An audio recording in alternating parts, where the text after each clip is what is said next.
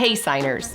Are you just starting your ASL learning journey and have no idea where to begin? Then this video is for you. I'm giving you 10 points for sign language beginners to get you on the right track of learning American Sign Language. You're going to learn what ASL is, which hand to use, how to distinguish differences between signs, how to obtain fluency in the language, and so much more. Now, let's learn how to sign ASL.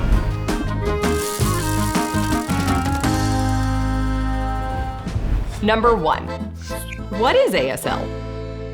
ASL, American Sign Language, is a visual language primarily used by deaf and hard of hearing in North America. Yes, ASL is a language, complete with its own grammar and syntax. ASL is not the signed version of English. ASL also is not universal, and just like any other language, it has its own origins. It originated in the early 19th century at the American School for the Deaf in Hartford, Connecticut, when an educator named Thomas Gallaudet and a deaf Frenchman named Laurent Clerc worked together to begin and form what we now know to be ASL. Trust me, there's a lot more to that story, but that's for another day. Number 2, it's not all about the hands. So yeah, it's mostly about the hands, but there is more to ASL and its signs than just the hands. Things like facial expression and sign intensity can change the meaning of a sign and the climate of a conversation. So here are some examples. So I have the sign rain, but if it's pouring rain versus flurry, blizzard, scared, frightened. Isn't that crazy? You can even carry emotions like sadness, excitement, anger through an entire conversation this way too. Take the sentence, "It's time to clean your room." You can sign it 2 different ways. One calmly or one with anger.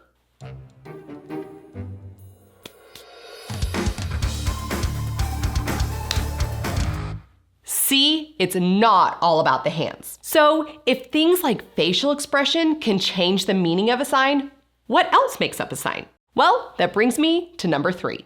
Number 3, the parameters of sign.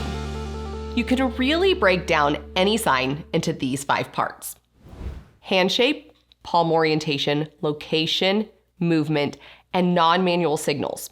It can also be called non-manual markers. It's so important to understand these parameters because the difference in just one of these parameters can completely change the meaning. Let's look at these pronouns. So, me, index, me, or I. But I do a flat hand and it makes it my. You, yours. You all, yours. All these signs are very similar, but the hand shape, palm orientation, location, and movement of these signs absolutely changes the meaning. You're going to notice a lot of signs that are very similar, so make sure you pay attention to all of these parameters. A bit of encouragement. The more you see and interact with signs, the more you're going to notice these nuances. It will get easier, I promise. Speaking of easy, I did a thing. I pulled up Google, typed in my name, and hit search. I immediately regretted it because I was creeped out. They had everything on me. But then I was thankful that I did because I knew something had to be done to fix it. And that's why I've been using Aura, the sponsor of today's video.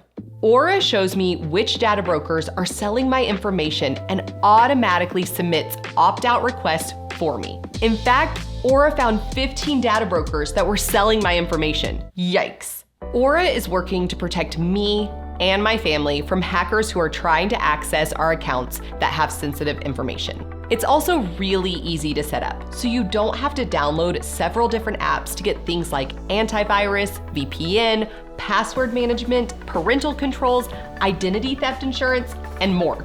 I get everything at one affordable price. And this isn't just Joe Schmo's internet protection service. Aura is listed as Forbes' best overall service for identity protection with a 5-star rating. I value my privacy and I value yours. you can go to aura.com/learnhowtosign to start your 2-week free trial. Also linked below in the description. Number 4, which hand do I use? Yes, when signing ASL, you have a dominant and a non-dominant hand that is used to make up signs. Let's take the sign learn. So my right hand, my dominant hand, is the main part. But the non-dominant, my left hand, is the supportive part. Now, if you're ambidextrous, pick a dominant hand and stick with it. It's important to stay consistent when you're producing signs to not confuse the recipient. Keep this in mind when you're learning and practicing, as it's very possible your instructor has a different dominant hand than yours. Number 5, the alphabet and fingerspelling. The alphabet is so important in ASL. You'll use it in the form of fingerspelling in every conversation. Many words, especially those with 5 letters or less, might not have a sign at all because it's just faster to fingerspell it. Fingerspelling is also used for people's names, proper nouns, and profession-specific jargon, just to name a few. So how do you fingerspell? Well, step 1, learn the alphabet. Take the time to be familiar with the alphabet first. Then start putting it together to spell out words. Make sure you're clear with the letters, and with time and practice, you will get faster. Practice reading it as well. Receptive fingerspelling at full speed is one of the toughest parts of ASL to grasp. We have done several fingerspelling exercises and quizzes right here on YouTube, so you can both practice and test your skills. Number 6, numbers. It probably wasn't long after you learned ABC that you learned 1, 2, 3. Numbers may be used less than the alphabet in ASL, but it's still an essential skill to have. There are rules associated with these numbers. Here's one. When you do 1, 2, 3, 4, and 5 by itself, the hand is facing in. 1, 2, 3, 4, and 5.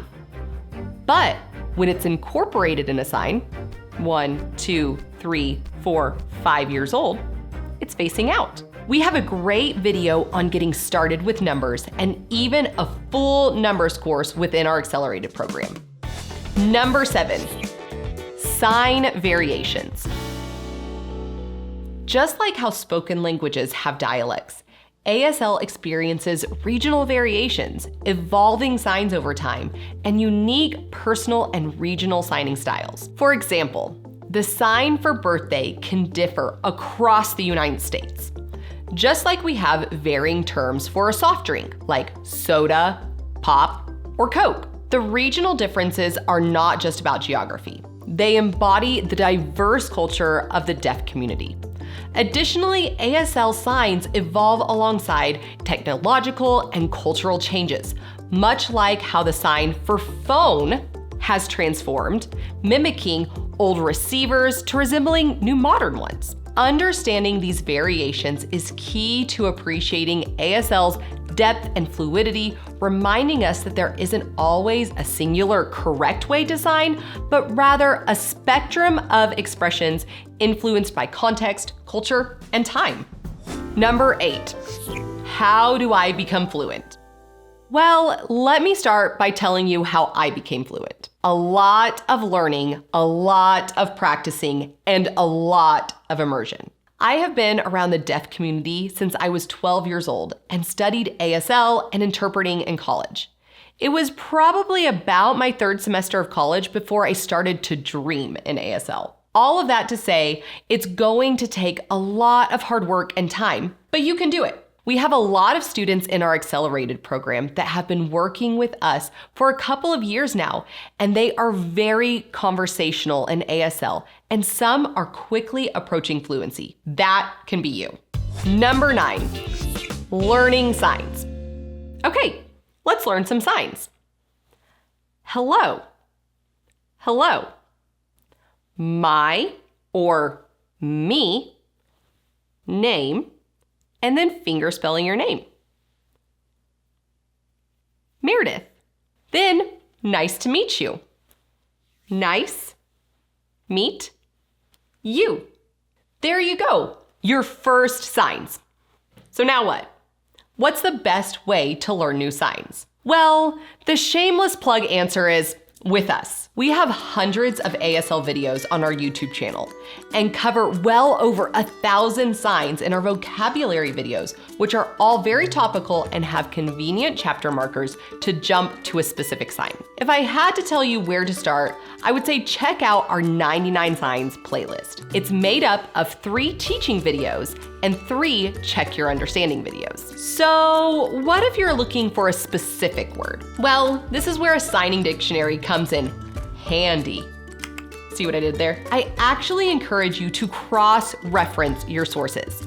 Because of sign variation, and frankly, some bad information on the internet, it's always a good idea to see a sign reproduced the same way by multiple signers before taking it as accurate or widely accepted. I highly recommend Bill Vickers' lifeprint.com, Sign ASL, and Handspeak. These are highly respected sources in the ASL community. Number 10, practice and immersion. So you've learned so many new signs and ASL grammar. Now what? Practice, practice, practice. I know it sounds boring and blatantly obvious, but it's so important. You can't retain a language without putting it to practice. So how do you practice? Well, here are some ideas. Do online exercises and quizzes. Sign in front of a mirror or record yourself and watch it back. Teach signs to your friends and family. And most importantly, go out and use it. I can't emphasize this enough. You have to use it. When I was in college, I had the opportunity to do several full immersion programs. These helped so much. But what also helped was going to silent dinners, deaf chats, and attending my local deaf church. I've made so many friends and learned so much from signing in the deaf community. That was a lot, but congratulations, you're done. You've mastered ASL. I mean, just kidding. There's still so much to learn, and we've got you covered. So where do you go from here? Well, of course, subscribe here, but you can also sign up for a free 10-day ASL Jumpstart. You'll receive a daily email of practical advice to guide your ASL journey. Also, thank you to Aura for sponsoring this video. Don't forget to click the link in the description to check out Aura today. Until next time, keep learning how to sign.